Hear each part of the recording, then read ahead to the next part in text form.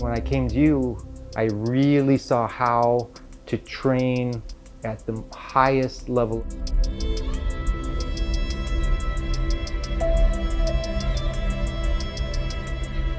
Man, okay, we're coming to Empire. Yeah. I think we're done. We're I think rolling. We're getting on. Oh, okay, great. This is kind of how we do it. Okay, beautiful. You know, it's funny talking about like a couple really good wrestlers, right? And so, so it was Randy Couture and Dan Henderson were going to be in Maui. And so Randy calls me up, this is many years ago, and he says, hey, we're going to be in Maui, you want to come? Great, go over there. And so I'd been doing a lot of Overhook, right? And doing things from the Overhook. So I wanted to see what they would do from an Overhook, right? And I said, so, you know, if you end up where you end up in an Overhook, what sort of things do you do from there? And he goes, pummel for an underhook, right? I'm like, okay, understood, right? So if you get where the guy has this really good underhook and but all you can have is an overhook, you're kind of stuck there. You got that overhook. Now, what sort of things would you do? They look at each other, pummel for an underhook. Right? And so that's the mindset. And of course, for them, it works great. They can do it. But then you get like a Carl Parisian, Yeah. you know, the judo guys that they get that overhook and now they're doing Haraigoshi and they're setting like crazy throws up. So and it just, you know, it's just another thing. You gotta, there's so many different approaches that can throw people off. Yeah.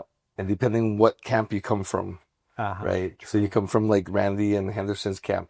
You have to keep fighting for that underhook. Yeah. Don't let them get the overhook. Exactly. And then you got, you know, the more judo-based guys like, oh, I'll take that. That's fine. Yeah. Underhook's better, but overhook's just good. Yeah, actually, recently, Bo Nichols fought the De Ritter, and Bo Nichols had his underhook in the clinch, and De Ritter had the overhook and beat him up with the overhook. Just like nullified his Bo Nichols' free hand like this, and just battered him in the clinch, knees and all that. Ended up knocking him out when they went back, knocking him out with a knee to the gut. But he hurt it up. He softened it up. Yeah, so interesting. Yeah. But is it, you know, talking about business, same thing, right? Yeah. We can just have this mindset. We're like, okay, this is what I have to do. I got to go like this. I got to do this and this. But there are so many different ways to get it done. Yeah, totally, right? So going back from the beginning, like when I first met you, you remember that? Yeah, I remember very well because I'm teaching this seminar, teaching a camp sort of thing in Hawaii State Park. Yeah. And in come you, and it's like, who is this guy? He is in the incredible shape, right? Is the one up there on the poster. Like, oh my gosh. But then Egan was the nicest guy, right? It was, you know what happened? So we meet. It was so funny how it happened because Egan Machado was supposed to teach jiu-jitsu in my camp. And the day before we're leaving, he's like, oh, you know, I can't go. I said, okay, no problem, right? And so Carl Franks, since I knew Carl and I knew he did some jiu-jitsu, and so I asked, hey, Carl, could you do some jiu-jitsu? Okay, no problem. So he's demonstrating on Egan, right? Demonstrating on you. And so it was like the end of the first day, and Carl's doing something, and he looks up and he goes, man, it feels weird to be demonstrating jiu-jitsu on my jiu-jitsu instructor. I'm like, maybe I should ask Egan to teach some. So I did, and Egan, and you kindly showed stuff, and I'm like, man, this is so precise. It was so good, and the way you taught and everything. And so, what do you remember about it? Yeah, I remember. I just remember that. Yeah, somehow after the break, I ended up teaching the jiu-jitsu section of the whole thing, and it was super fun. And I was kind of out of jiu-jitsu a little bit at that time because I was done with all that politics. That's right. So I was kind of like floating and then I thought, whatever, because that's why I was getting into Jeet Kune Do. Because I was like, you know what, I'm going to go do something else besides jiu-jitsu. And that's when that all happened. And because of that, it turned everything around for my jiu-jitsu. Right? And then I feel like you happened to decide to move to Hawaii, and you lived with me for a while. Yeah. Right. And all we did was jiu-jitsu, and that was it. I was like, okay, back. You're right. World Championships, here I come. I know. It was so great. Gosh, the things that happened there. But, this is, mixing in the whole business philosophy, or not even business, like whatever, if somebody wants to accomplish something, right? One thing that happened that, say, you went to that camp, Yeah. right? There were thousands of martial artists here on the island didn't go. You went to the camp, right? And then after that, and I went to your house, had dinner with you, like after the last night of the camp, and we really got to be friends. And then I said, man, I'd really like to train jiu-jitsu with you. And you said, if you ever want to come, I have an extra room. You can stay here. And so, I don't know if it was a month later, whatever. It was fast. It was fast. I'm there. Yeah. And that for me, I know has made all the difference of actually just showing up.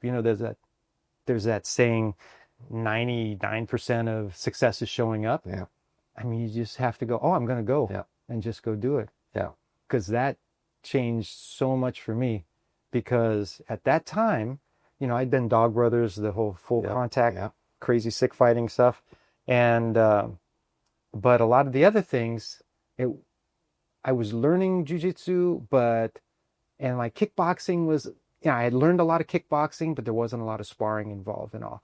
And when I came to you, I really saw how to train at the highest level of functional based, how do you train most intelligently to do this thing? That's why you became world champion. With racquetball, right? Yeah, with no most injury. intensity with less injury. Right? That's a really good point. Yeah, that is an art, huh?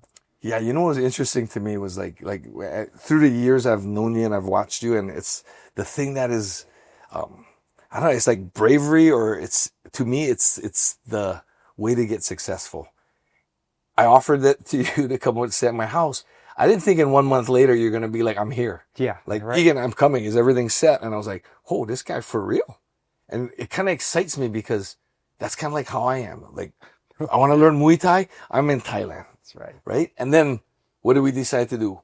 Let's go to Brazil. I know. Right? I'm like, okay, Bert, he'll come with me. I guarantee he'll come with me. Let's go. Right? Exactly.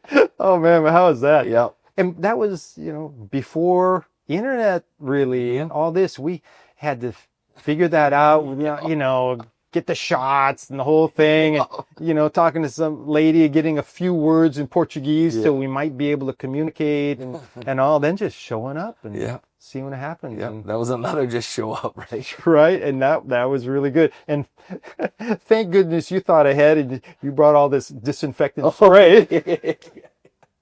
Because we get there, and there's a canvas mat, and when we got there, it happened to be really super humid and rainy and all this, and it wasn't, there wasn't open air. It wasn't optimal. Yeah. So literally, guys would come in and, remember when we went to try to find a laundry to try to wash our gis, and there was no laundries. You couldn't find a laundromat, right? Because what the guys did is they train. They take their gi, hang their gi, air dry their gi, and then train the next day. Yeah. And then it's all humid. It's just nothing's drying. I don't know if you remember this, but I go, okay, start with one of the guys. You reach out, you grab his collar, and it kind of slips because it's slimy, right? Then he comes like this, and you smell this horrible fungus smell. You're like, this can't be good. Yeah. Oh, man. Yeah. I think people don't know that. And I think like we experienced it firsthand because I remember us walking, trying to find where that Baja Gracie was, right? That's right. And I was there like, it smells like jiu-jitsu. Remember? And it was on the 3rd floor. I forgot. And as we walked up the stairs, like, oh, it's smelling stronger. We must be going the right way, right? Exactly. I forgot about that. You just smelled your way to jiu-jitsu. No, it's got to be. I remember us all looking at each other going, holy crap. What do we get it was so easy for us to say, you know what? I ain't training. I'm just going to watch. Right. And then the gi story, right? They hang the gi. We train in the afternoon, hang the gi, train at night, hang the gi, train in the... And I still remember, like, some of the gis, like you said, that had that slip. It was like mold or moss growing. Yeah, right? Exactly. And I remember I remember after the first day, actually we couldn't find a laundromat, right? And I only brought 2 gis. And I thought, you know what? Frick that. I'm going to do the same thing, right? And I remember after about 4 days, my gi was all green. And then I had that one girl goes, can I take your gi home to wash? Oh, right. Exactly. Right? But you had brought all this disinfectant. We're in this hotel, not a great hotel, Yeah. and there's carpeting on the floor, and you can spray in the whole carpeting. Then we get early to the gym before anybody else can spray the mat. That's right. That's right. Oh, it was so good. I know. But again, the idea is showing up, Yeah, right? yeah. And I'll tell you something, so I'm very fortunate, been good friends with Marcelo Garcia for a long time, right? And so he had his comeback match, and so I was able to go and end up being one of the cornermen for him and all. But you know why I made sure, because pay my own way. One doesn't pay for the cornermen for submission wrestling. Yeah. And so I was like, I'm going no matter what. And you know why? One of the big things is because I didn't go with you. I went with you to Japan a whole bunch of times, went to Brazil, all this stuff. I didn't go to Brazil with you when you competed, right? And I regret that. Like, I really, because when you came back and besides that you won, that was great. But just you came back and then you didn't have a corner over there and, didn't have the support, the Machados are the second time and all, I think. But yeah, I really regretted that. And so that's why to this day, if I have an opportunity to go support somebody, I'm like, I'm going because I should have been there. Oh, I said, I really feel like I should have been there. Right. But that would have been nice too. you didn't need it. Certainly didn't need it. Took gold. Sure I could have used it. Next year, gold again. But, yeah, so that whole idea of just, showing up and doing it. Yeah. And what is that decision for you? Like deciding to go to Brazil, what is in your mindset? How long does it take for you to make that decision? Actually, for that one, I had no choice, right? Because the U.S. team thing blew apart. Or was that the second year? I mean, when we went to train. Oh, when we went to train. Yeah. Oh, that was like kind of like how you made up your mind going to. I remember we were talking on the mats one day, and we are like, "Frick, let's go."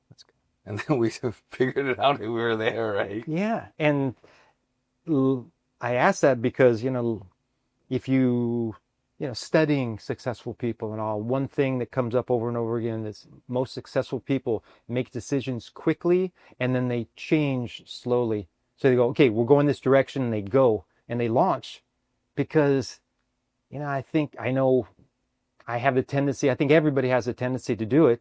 You go, okay, I want to get to this point. This is my goal here. Okay, what do I have to do? And you start making a plan and you plan it and you plan it and you plan it. But the plan's not perfect.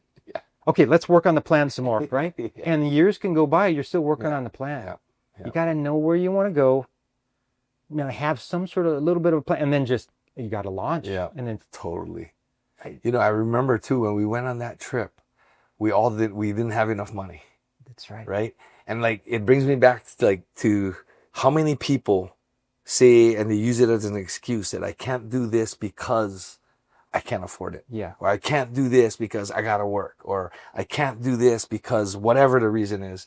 And I think through that experience, because I remember us all going, okay, how much money we got? How much money we got? Oh, I know. Can we even pay for this hotel? Well, if we do, we can't eat with the guys tonight and we're going to have to bring stuff home. And I feel exactly right. People aren't willing to make that sacrifice these days, And I remember we weren't young when we did that. That's right. Yeah. We weren't early 20s or something. Yeah. We were already living life and had responsibilities.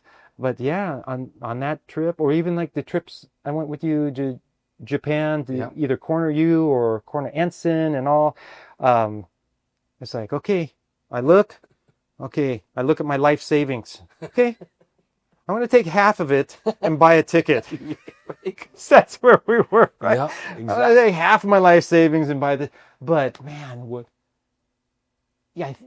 think of it now. Imagine if we didn't do that. Yeah. Oh, yeah. And we're like, I got an extra, $1,000 saved up, but no experience in life and all these things we would have missed. How about when people tell you, oh, Bert, you're so lucky to go to Brazil and train when Egan them went, or you're lucky to be the quarterman and you're lucky. What do you think of that? I know that comes up all the time, right? Yeah. Right. You make your own luck. Yeah. Make your own luck. My nickname in Dog Brothers is Lucky Dog. Lucky Dog. Right? But it's really true. Luck is when preparation meets opportunity. Yeah. And a lot of that preparation is just the mental preparation to go, I'm going, and then I'm going to figure it out. Yep. I go and I figure it out. Now, the thing that helps, of course, again, we're talking about success and all, is to have mentors, Yeah. right? But there's this, it's so interesting because you're a mentor, right? You helped mentor me early on all the training and all. You mentored people in success and in fitness and all, jiu-jitsu, all sorts of things. But how many times do you help people and you give them this advice that you suffered to learn this advice? A lot of this that we know, it's wisdom, right? We got it through making mistakes and like School of Hard Knocks. And then you go, here it is. I'm going to save you all of this pain and all. And they're like, all right, great. And they don't do it, right? Because, so the phrase I think of a lot is heed wise counsel. Heed wise counsel. When you have somebody who has been through it and they give you a pearl, say thank you and, do it. Again, back to that, okay, now we got to just do it and launch.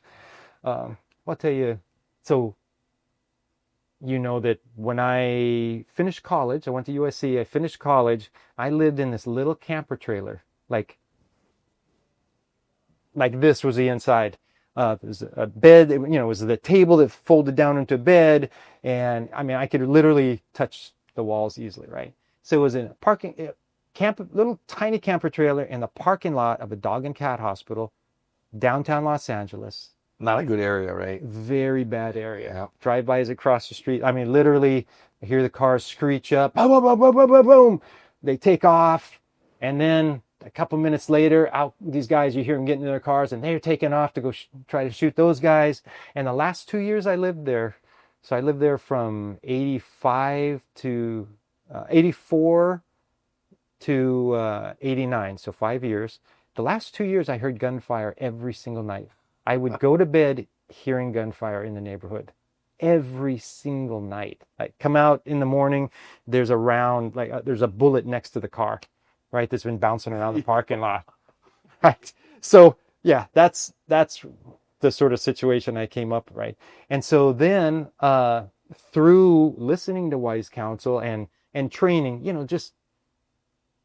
we love training, right? And we train with a high standard, which is why I was so fortunate to meet you and that you did take me in. I'm like, oh, I'm coming. You're like, okay, here we go. And we'd train early in the morning. We'd train kickboxing and jiu-jitsu, and then we'd go run in the hills of Manoa. And like the other 3 guys or so were like, oh my God, train so hard, but again, train so intelligently. So over time, I was able to start getting some wealth, right? A little bit, So my wife and I, Sarah, she's got the business mind. You might want to think about interviewing her, because when we're talking about business, she is so smart with business. She's from an island called Reunion Island. So it's near Africa. And when she was 10 years old, she was out on the street with a little table on the street selling socks, right? Because her uncle sold. So she's out there selling socks on the street. And then later she would sell fireworks on the street. And so, 11-year-old kid, with the equivalent now of maybe $5,000 or $6,000 in cash in her pocket, right? Not for her, but going to the uncle and all, right? But she learned business. All of her whole family's got these little stores and all that. So she just knows how to do business. And so she has helped so tremendously. Anyway, it's really, her story is fascinating. But so a lot of times in business, I'd say, hey, Sarah, I got this idea. We should do this and this and this, And before I go on with business, I just want to say, the main thing we really do is we're serving people, right? How can I get more people to do this? Is it John, the older guy? What's his? John, Hey, right? yeah. Look what you've done for this man and this stage of his life. And you teach people, or you show people how to have a better life. It's a beautiful service, right? And so that's what we do with the martial arts also. And so I've got this idea. I think that because then we can get to more people. That's my whole thing. How do we get to more people and help them? And then I think the money will probably just go. Anyway, so she says this, and she says, I tell her the idea. It's like, no, if you do that, you should do it like this. Like, once she says it, it's like, oh yeah, of course. Yeah, of course. Like when I first moved here, and I'm like, okay, we got the space over the waterfront, right? Like, okay, what was a Hawaiian flex, right? I go, so I'm going to have this class, and this class each night, And she's like, why would you do that? I'm like, because I need to teach people. No. She goes, no, you start with one class. You fill that class up. Once the class is filled up, then you start another class. Like, wow, that makes sense. And that's what we did, and it worked out. But just my point on the mentoring, Sarah is a business mentor. She actually helps people with their businesses. When I got to the point where we actually were able to buy a house. We bought our first house. I was in my mid-40s or something. We bought the cheapest house in Kailua, like literally the cheapest. So again, we're super frugal. You know, we've had one car for over 20 years. Yep. We share a car. Yep. And the house right across the lane, we lived on a little lane, right across, which was the nightmare house. With all the plenty cars, plenty noise, just constant, there's always something going on over there. And it came up for sale. And I'm like, oh man, I wish we could buy that so we could actually, but there's no way. We don't have the money to do that, right? And so, make a long story short, we talked to a mentor. We talked to Clayton. We're talking to him about it. It's like, oh no, there's a way to do it. And then he looks at our finances. Oh, no, you can actually do this. You can take the equity, because we've been paying down the mortgage on the house we had, like paying a lot more every month. No, you could actually do it. And I'll like, really? And so he showed us how to do that. But then he came in and he looked at the house and he went through it and and he ends up saying, I think this can work. It has a good chance of working. Can't be guaranteed, but it has a good chance of working to use it as a rental.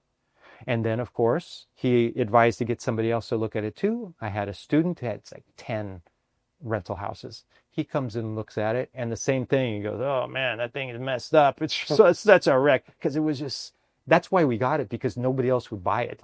It was such a wreck, and so he said finally, he goes, yeah, if you can fix this up, I think it can be viable. And then he helped me by telling these people that would come out and do the renovation really inexpensively. When they showed up in their van, it looked like like they're living in their van. And I mean, it was really something. But he gave me this whole thing, right? But then it was, are we going to pull the trigger? And man, that was so hard. Because we're like, man, if we do this and this mess, we are going to be in bad shape. We're going to be in such bad shape. But same thing. What do we do in martial arts? There's a time, bite down on the mouthpiece, step forward, just go, just engage. Yeah. And so we did, and it worked out. Oh, nice. But the point being, when we have wise counsel, we have to take advantage of that, right? And actually, too many times, right, you get good counsel and you don't do it. Or not us, but a lot of people don't do it, right? Isn't it true? Yeah, I think that's a huge thing. And, talking about that kind of like getting the right mentor set up. Also, like, say for you, you started with, like living in the van or your trailer home after graduating college. And then, being like, I always watch you and I was thinking, man, Bert, he's so perfect because he doesn't spend money on things that are not necessary. But then there's something like a trip or something big, your money's there. And I used to watch, go, man, I don't know how he does it with one car. But then I'd do the math in my head and go, you know how much money he's saving? I was like, this guy is... And then even like from when I first met you, when you travel with, I'd be like, that's it? What, that's it? Like, seriously? And, when you lived at my house, you just had just a little bit of stuff. And I was like, man, I wish I could always be like that, but that's just not me. But you know what? Isn't it true? That's what we have to know too. Yeah. We have to know what are our particular things, and you got to be true to yourself too. Yeah, true. Right. Exactly. I mean, I learned a lot about being true to yourself too. And it takes me to the point where I wrote one book and that's it. No more. No more, right? And then you came out with this book first, Yep. right? That was good. That And was then how published many by- years after that? That was published by Unique Publications. It was owned Inside Kung Fu. Oh, yeah. And so they published that book. And interesting, because we're talking about it's hard to write a book. I wrote this whole thing, and it was so grindingly slow. I was going so slowly. I started listening to Tony Robbins tapes every morning. Cassette tapes, back in the day. Right? And I would listen, and then I would go in.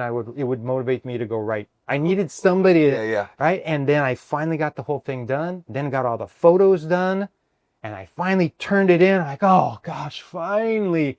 And there was this big thing with paper.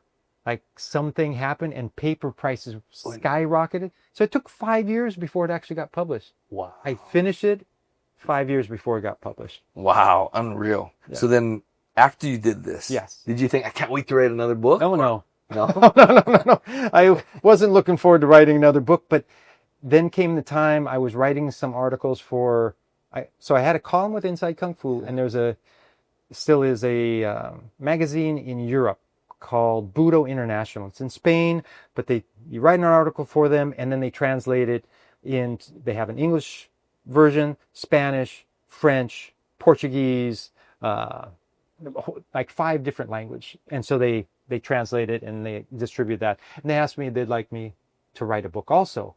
I said, okay, here we go.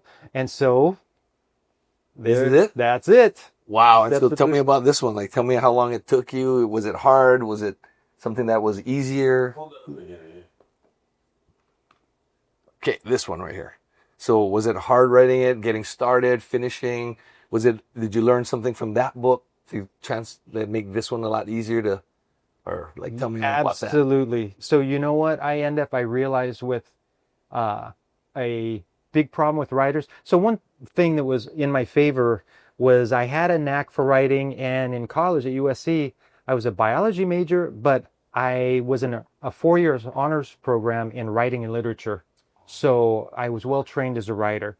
But the thing is actually writing the thing, right? And so a couple phrases. One is like, writers write. And they'll say, a lot of times you ask writers for advice, and goes, yeah, I'll give you advice. Hit those keys. Just hit those keys, right? They're not, instead of, you got to hit those keys. Punch them harder. Right. Punch them harder. Kick them right? harder. Thank you so much. That's very helpful. But it is true that if you don't hit those keys, you'll never have the book. Yeah. And then what I realized is like a part of procrastination is you write something and then you go, okay. And then what do? You go back, I got to fix that. And then you fix that paragraph. No, okay. And you end up working, and then it becomes so overwhelming and such a task, you just don't want to do any more at all. You don't even want to write it like this. That's one paragraph. And so I had a good thought, and I wrote down on an index card, and I put it on my desk for where I write. It says, I give myself permission to write a lousy first draft. So that way, I just write the whole first draft out, and I finish. I go, wow, it's not lousy. I think it's pretty good. Then I go back and read it. And I go, no, it was lousy. Oh, no. It's actually pretty lousy. But then, another thing said in writing is rewriting. Yeah. So then it's like, okay, but I have something to rewrite now. Now I can start fixing it and putting things and take that whole section out. I mean, I spent a lot of time writing that. I just don't need it at all. And then I usually do 4 rewrites or so.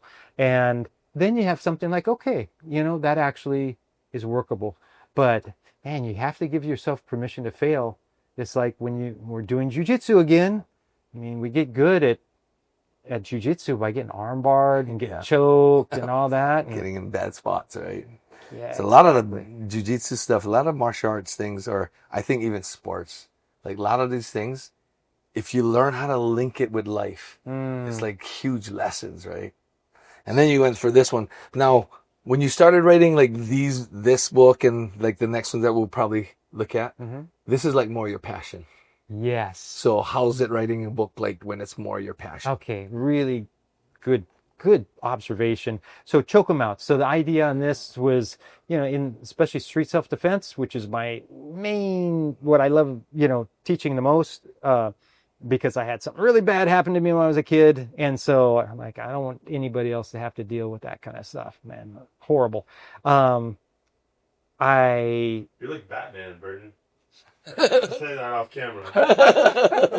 Hey, I lived in the Batcave for a while, and so yeah, writing this was great because so this was done by Paladin Press, which is a big company. Unfortunately, a few years ago, the owner passed away, and everybody else was like, he was in charge, and they couldn't keep going with that company. But it was a really big publishing company for. That's a collector's item book now. It actually is. It's Wow. like, wish I had got more one of of them. those. Yeah. Oh, great. I think you signed it for me too. I'm sure because you taught me. Remember when you were writing this book? Yeah, remember? Right. And I would ask you questions. No, yeah, because Egan taught me like almost every single one of these chokes. And then I would, as I was practicing before doing the whole thing and writing, I'm like, wait a second, should I? And so I'd ask Egan, and then he'd make sure I had it just right. And so, yeah, that was easier because it was such a passion. Yeah. But it's a big book. Yeah, remember? That is a lot. Yeah. There's a lot of writing in there, and then the photos, and we took all the photos ourselves. Sarah actually took all the photos, and but yeah, it was easier because it was more of a passion. Yep. Now, interesting on this next one, Sea Lab for the Street. So I had contacted Black Belt Magazine, which is the premier martial arts magazine, and I actually said, I'd really like to do BJJ for the street. So jiu-jitsu, but with weapons involved, and, for extreme self-defense. It's one thing, two guys get in a fist fight, or, some are, start throwing punches, and you go and take them down, mount them, and, choke them, whatever. But it's another thing when it's like extreme self-defense where someone's trying to kill you, right? So that's what I really wanted to do. So I talked to him on the phone a couple times. He's like, oh, yeah, maybe, yeah. But he never really committed. And then, again, I never really thought about this, but back to just taking action. I was in California, and I said, you know what? I'm going to go out to the office and meet the editor. And it was like an hour's drive or something, way, way out. I got a hold of him. He said, okay, I'll be there at this time. I show up. I sit down in his office, and I pitch the idea to him. He goes, okay, you know what? That's a really good idea. But we don't have any CLAT books. I'm like, yeah, but I'd really like to do the GTJ book, right? He goes, yeah. And then he says, hey, look at this. And he gets a catalog or something, and he shows me they have all these jiu-jitsu books, the videos and all that. He goes, no CLAT. Would you like to do a CLAT book? Like, I would really like to do a CLAT book. So I did the CLAT book, and we did the whole thing, went well.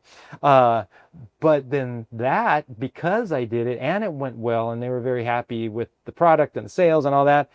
And just so you know, when you make a book for somebody else, you make almost no money, right? You make very, very little money, but it's a service to people. Yeah. And then I get to do another book, which is hopefully going to help people too. And then people get to know you better and all. And so that's... Here it is. Yay, BJJ for the street. Yeah. Yeah. So, yeah. And of course, I thank Egan in here. I think I thank you in all the books. But, that was a really good project. But again, it's like, okay, now I have to write it.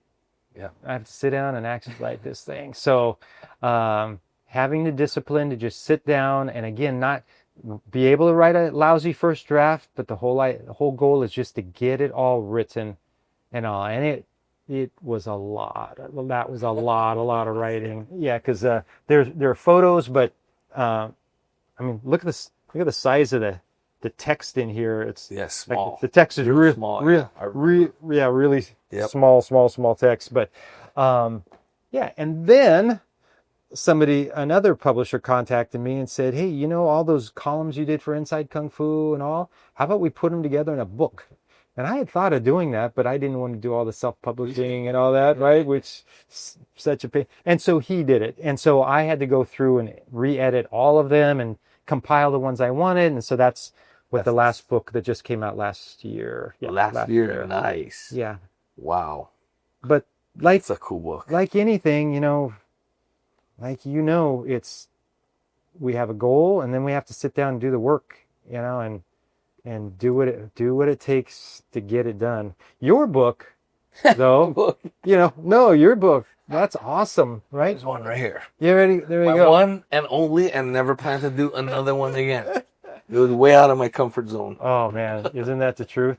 But that's what we do. We go way out of our comfort zone. Actually, that's way out of mine. Man.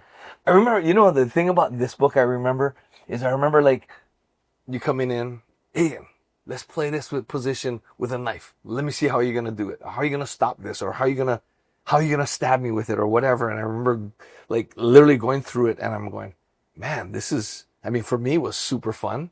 Yeah. And then when it becomes a puzzle, reason why I fought MMA, it's like how do I make this work? How do I make that he's trying to do to me not work? Uh-huh. And that was like, and I don't know if you knew that about me already by that time, that you're like, okay, let's see if you can.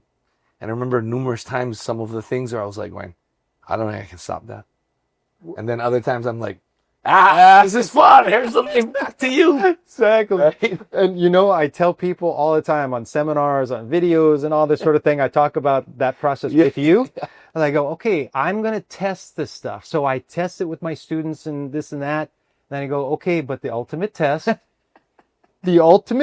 is I'm going to go to Egan, because Egan is an incredible athlete. He's super smart. He has amazing martial arts background. He's 10 times stronger than I am and all this, you know, you're the one to test it against. And I remember, for example, this pistol. I was trying the pistol disarm, right? So, okay, the guy's here and he holds a pistol in your face, and you know, it's funny because a lot of times on seminars, like, why would they hold a pistol in your face when it works from over there? And because they are so full of bravado. They're like, you know, all this, and you just watch the videos and they always just stick it in his face. Yeah. And so we go, okay, I'm going to try this disarm. And I wouldn't even start from here. I would a lot of times start with a grip on the gun. Okay, I'm going to try to do this disarm, and you stop it. And we work a lot of times on my students and all. Okay. Because the ones that didn't work on my students, I didn't even bring them to you, right? So I go, okay, I'm going to do this. And we're ready, go. I'm like, oh man, and I couldn't do it, right? And you're laughing, right? And then we're doing, and we play with it, and we're just having a great time. But yeah, it's okay. So I go back and I keep going, and I come back again, and I come back again. I come back with something else. Yeah. And then one day, a student of mine, George Brown, who did Krav Maga, and I had done all these. Yeah, I'm a black belt in Krav Maga and all this. I had done all these Krav Maga things, and the ones I was trying, it just wasn't working, and I was trying to improvise it, or trying to find tweaks from the Jiu-Jitsu mind and all that. And he shows me this thing. I'm like, oh, that's interesting. And I'd never seen it before. He goes, yeah, he only saw it from this one guy. And so I come to you, I go like this, okay, ready? I go, poop, and it came right out of your hand. And what's Egan's reaction? Egan starts cracking up. It's like so funny. Oh my God, that worked. Unbelievable. Oh, that's here, do it again. Right? So I go like this, boom, and it worked again. Right? And then he figured out a counter, and then a second thing came in, and that worked. And actually you guided me like, hey, how about try this? Right? And oh yeah, now that's working as a backup. And man, that thing works so well. But you know, if it works on you, it's going to work. Right? I mean, you can't have any guarantees in an actual situation, and you don't want to have to take a pistol away from anybody. You want to just give them your money and all that, but you can't. But that's the thing, right? You better have something. Yeah. You have something up your sleeve. I agree. Now, you know, like a reason I wanted to get to that story too was because how many times did the techniques that you come to me that you thought was a guarantee, or, I mean, you kind of knew, like, oh, if there's a possibility that's going to be wrecked, Egan's going to wreck it. Yeah. But there's so many times, I remember so many techniques came in, okay, that's out. That's out. And, like, that's like failing. No, that's totally failing. It's totally failing. But how many times did you come back? Uh, Again and again and again. And I feel like people nowadays, they don't get that. They think, oh, I failed once. Oh, frick, I'm done. yeah. But you came back. Hey, how about next week? Right. How about next week? How about next week? And I was like, that's one of the things, like, to me, like, that's what I really loved about you from before. It was like, you're not afraid to make the mistake. You give the credit where where it belongs. Like, hey, I learned this from this guy. Yeah. And I want to see if it works. Right? It's honesty. You have to be honest about it, right? Exactly. Yeah. One of the things I did really that I guess I could be proud of, I could say, I'm just glad I did it, is, when you met me, I'm on the cover of magazines. People know me. The first time we went running at Ala Moana, when we finished, I'll never forget this guy. He recognized me, and I remember, because I didn't even live here yet. And the guy's like, "Oh, bro, your stuff's so delicious," right? And I'm like, "Oh, this is a very new vocabulary for me." But the point, I could have just gone, "Why am I gonna go to Hawaii and go get wrecked on the mat by these guys?" Egan, one thing because of his, your level in competition and all that sort of thing, but then your students, smaller than me, right? Blue belt, and they're just, how about this? I don't know if you know this. Do you know I trained with you for 1.5 years before I got my first submission? I didn't know that. 1.5 years. No submissions. I didn't understand. I just thought I was the worst ever at jiu-jitsu. Like I had the worst aptitude, which I might have had. You remember, I may have had the worst aptitude for jiu-jitsu because the first time I trained with you in your garage, you go, "Oh, why don't just roll around with him a little bit," right? Okay. So I start rolling around with him, and I remember stopping and looking up, and you're like, "Oh no." No, I remember it was really clear but it was true. Yeah. And then you started helping me. But what happened is I was only training with you mainly. So I would come here, spend time at your house and all. We trained so much. Yeah. And then like a lot of time, a couple weeks later, you'd be in LA training with Machados, and we'd train there every day. And it was just like that for a long time. And then one day, and so everybody was ahead of me. And as I was getting better, I didn't realize I was getting better. As I was getting better, they're getting better too. So I'm never getting anything on anybody. I remember one time I got to the triangle position, which I didn't even know how. It's just from all that drilling, I'm like, oh, Automatic. Then he got out of it, right? But then I was at the Machados in California. Yeah. So I I'm going to go in there today. And I hadn't been back since training with you. I'm going to go in there, and I'm a white belt, and I'm having a great time learning the techniques and doing this. And then it was John Machado. He's like, "Okay, now go with your partner. We're going to do a round of rolling." And I remember thinking, okay, time to take my beating, right? And I start going, and we're on our knees, and I sit back, and I do an arm bar, and he taps. What is that? And then we start again. I do the exact same thing, the same arm bar. He taps again. Like, what's going on? These super short rounds. And so then they switch partners. I go with another white belt. Same thing. I arm barred him multiple times in the short round. And then they go, okay, switch. And John's like, oh, go with him, a blue belt, right? I'm like, okay, I was having fun, I didn't submit him. He didn't submit me, but I passed his guard. I mounted him, the whole thing. I remember walking out of there going, what was that all about? But it was, like you're talking about, it was the willingness to fail over and go back and go back and go back and go back and go back and just keep going back until you figure it out. Yeah. Or until I got that realization like, oh, I was getting better. Yeah. It's just everybody else was getting better. I was in this mat with people always better than me, so no wonder. Yeah. Yeah, it's so interesting. Yeah. But that just, you gotta put it out there. And then I have a lot of friends who had good notoriety in the JKD world, and they never started jiu-jitsu. Yeah. And now, all these years later, that's 30 years later, they still don't know I'll do jiu-jitsu. it. Yeah. And there you go. It's because they don't want to be junk at something new again, right? And that's the thing. I remember, I mean, like, I remember when you first started training, and I was thinking to myself, so when I first met you at the seminar, I didn't really know. I just knew, you know, you were the Jet Kundo and all, you were teaching the seminar, but I didn't really know, like, how many movies you're in, how many magazine covers. And then before you moved, actually, I think even then, only as I got to know you more, I started realizing, hey, this guy's freaking, like, famous. And then, like, on the beach when the guy stopped you, I'm like, this guy's famous. This is pretty good. Like, he's rolling with some of my white belts over here getting destroyed. And he's just, it's good. Yeah. Like, I mean, for me, in my head, I started thinking, wow, this is a really humble guy. This is the kind of guys I like to be with because he's willing to be junk again when he's the master at it. And I remember you were training me in Jet Kundo because I wanted my certification. Right. Which you got. And I knew, and I knew how good you were in that. I'm going, man, and like, it's so awesome. But then I'm doing the same thing. I'm learning Jet Kundo, which I know nothing about. That's right. And I remember the stick fighting, we put on the helmets, and I was like, oh, this is fun. This is fun. Even like, like, oh, my hand. Yeah. But it was so fun. But it's still so fun, right? And talk about, you know, from sports, borrowing from sports, you know, like first day you had the fastest backhand, like, bang, this is so fast. I remember a friend of ours was came over to visit me, and then you ended up with the helmets on him. Oh my gosh, you hit him so much and so fast, and he had all these years of. I was gonna say he was good already, so I was thinking, I think I'm gonna take it. I'm gonna get it. Oh no, oh, this is kind of fun. Like, seriously, is he letting me do this? No, he's just so fast. I never saw anybody that fast before.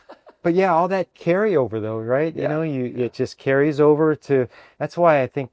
Also, if we're talking about business or success in any part of life, I mean, study a lot of different things, like understand, you know, how we have these podcasts and we have all this information, but then we have so much information, we have to be disciplined to cut some of it out, right? Yeah.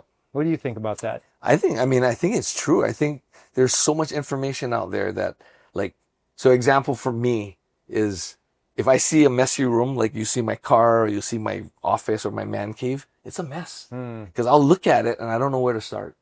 And I think of it as like so much information out there that if I go over all the information, I'm not going to know what I want to track on. Right? So like, as far as learning, I've learned how to, and I think it's part to do with this book I read, The Art of Learning. And I think, Josh, you know that he foilboards now. Yes, that's his passion. Yeah.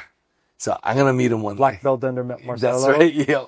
So I can't wait to meet this guy. But because of that, because there's no value to me to have a clean car or a clean room, because I can find everything I want in that mess, that I won't even try to figure that out. But as far as getting better at stuff, it's so important to me, because to be junk at something forever is something I don't want to do. And if I'm not willing to spend the time to get better at it, then I just won't do it. Yeah, exactly. You know? Like a good example is golf.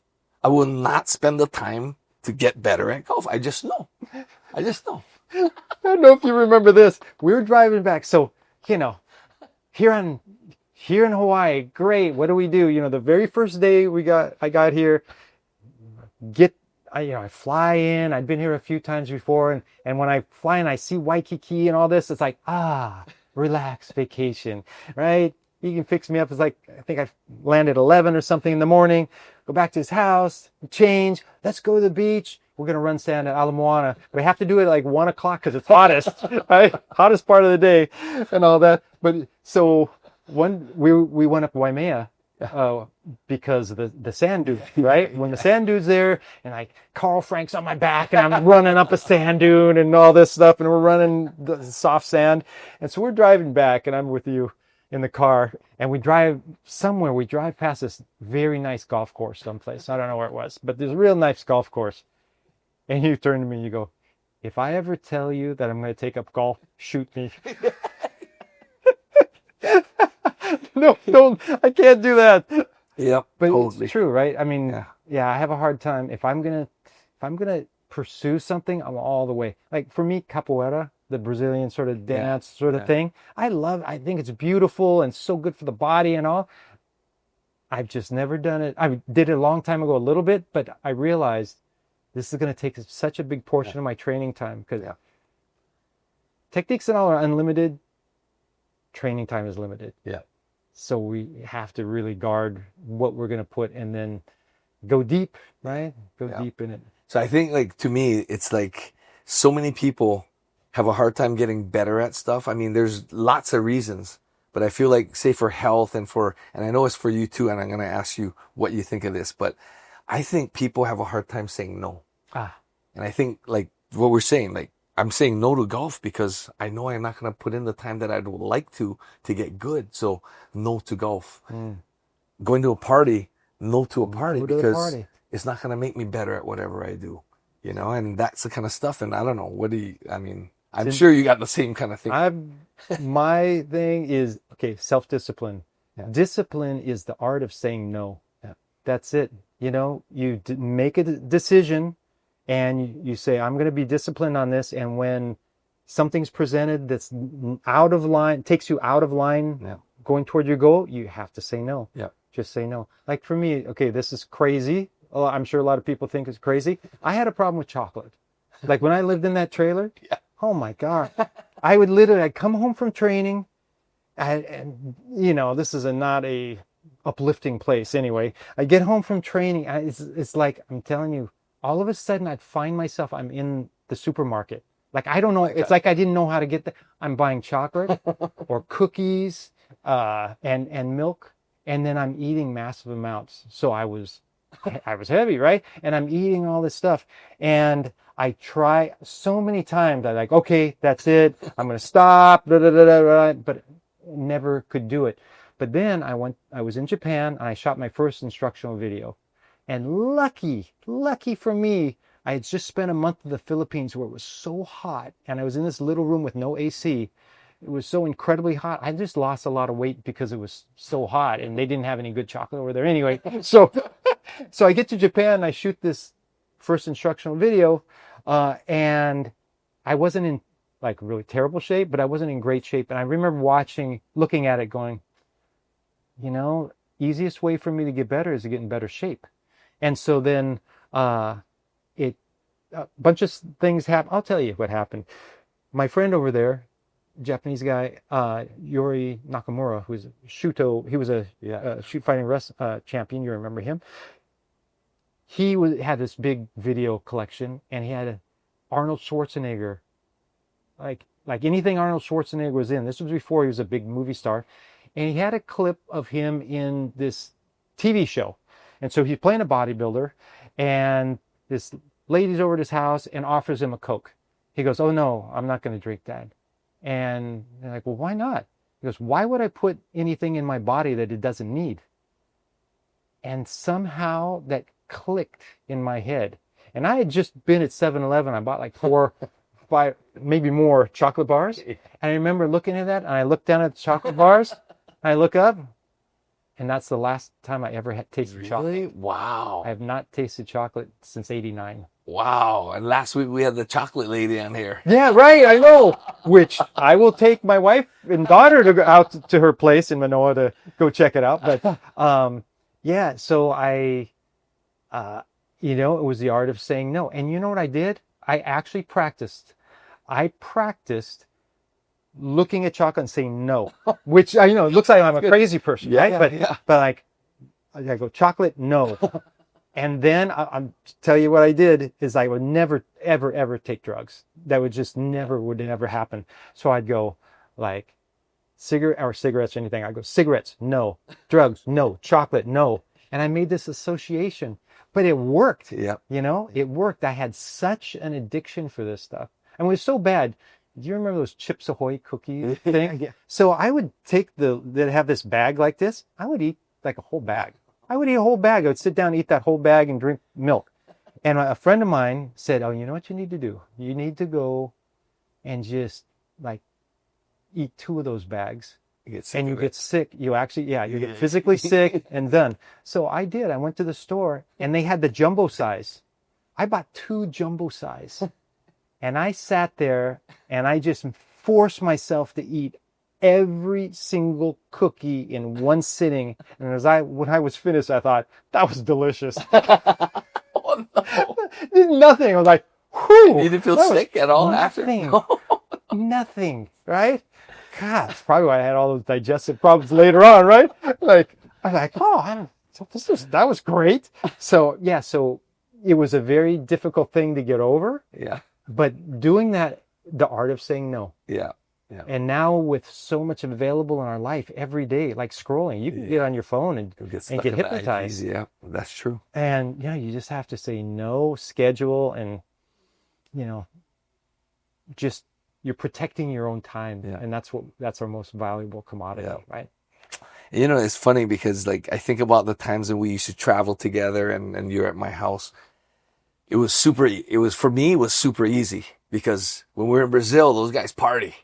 Remember? And they're like, come on, we're going to party. And as much as we want to go and hang out with the guys so we can get tighter and maybe they'll show us more techniques. And I remember thinking that, and I remember going and standing in line with them, and I'm going, looking at you, looking at Ensign, and I was like, let's go back and sleep so we're ready tomorrow. Right. And how many times did we not go to the nightclubs and not go to the dinners with them? And the next day we're looking good and those guys come dragging in, right? Late. They come in late. late right? too, right? Oh, absolutely. The one time we went with those guys, and like you said, it was big, like, hey, there are these two brothers, these twin brothers, the purple belts that were really, really good, and they're super nice. They actually were helping us because, like, some of the guys were wanted to kill us. Yeah, exactly. I mean, my The first gringos. day, yeah, exactly. The guy gets to an armbar on me because I just got my blue belt, right? And this competitor, he gets to an armbar on me the first day in Brazil, and so I tap, and he Still popped it. And then he lets go and just sneers at me and then walks back, right? So that was the environment we're in. But there were some good guys, like Henzo was really nice, So these guys were just calm, gentle, helpful. And then they asked us, and I think that's why we're like, well, okay, we'll spend some time with them. We're, we don't drink or anything like that. But we'll spend some time. So they have us meet at a restaurant first. And what happens is they drink at the restaurant because it's cheaper. And we're like, oh no, because we don't have a way back. And it's not like you just... It was far too, right? Far. I remember that. And like we get in a taxi because then that guy's going to take us to the favelas and like rob us or something. And so we're like, oh, we're stuck. So after finally we're driving, I remember so clearly, these calm, nice guys. And now they're all like this. And we're all packed in this car. And I'm in the back and one of them's next to me, right? And we're driving, he goes like this, he goes, you're going to see Vale Tudo tonight. Oh, no, what do we get ourselves into? But they tried, though. They tried hard to get in fights, but everybody saw the ears. They knew better. But just not doing that. We get so much more time to spend on what's important to us. Yeah. And then, I just look at all the things that you do besides the books. You got all kinds of different online courses that you've developed and you sell and you travel doing seminars and I feel like you've definitely made use of your time. Yeah. Right. And then even like being real frugal with your spendings and being strict and disciplined about it. Now you live on the beach. Yeah. So, you know what I mean? It's like, to me, it pays off in the end. And I think people, they're just always looking for that immediate gratification, like getting a drink, feel good right now. But what about tomorrow? Exactly. What about for the rest of your life? All the damage that it does, right? And long-term outlook. Yeah. Right? And you definitely are one of the guys that I always think, okay. And sometimes I even people will look at me and go, no, this guy's, looking at the future. And, I'm just coming out with a longevity program. Awesome. But through the years, I was, okay, what would Burton do? Okay, Burton wouldn't spend his money on that. Okay, I'm not going to do that. Oh, I really want it. I know, right? It's the discipline, right? Yeah. Typical thing for people who can do it is, you have a house and two cars. Yeah. And so we just flipped that. We got a car and two houses. Yeah. Which... That's a better deal. That's a better deal in the long run. I mean, really inconvenient a lot of times. Like right now, I have brought the car out here. She's stuck. They're stuck at home, right? But they can walk down to the beach if they want to and all. But over time, it's just, the things that can happen over time and just a little, like that little distinction. We were kind of talking earlier a little bit about multiple streams of income, that sort of thing. So yeah, I have those online programs. And what I did was I'm like, you know what? I've made instructional videos for companies, and you get a very small percentage of that because they have to do all the stuff and and it's a risk for them. They put a lot of money out to produce it and all. And so, yeah, if it does well, then they should get the most of the money because they put all the risk in. Okay, what if I made my own, right? And so I tried, and I had this experiment because, all our stuff's sparring based, just like, and this because of you, because like, oh, let's try everything. Let's try it all out. And, from the early days of, if people don't know out there, Egan was doing MMA before it was called MMA. It was called No Holds Barred, right? And so way from back then, so I like, I cannot teach something and just teach techniques knowing that they're not actually going to be able to do it.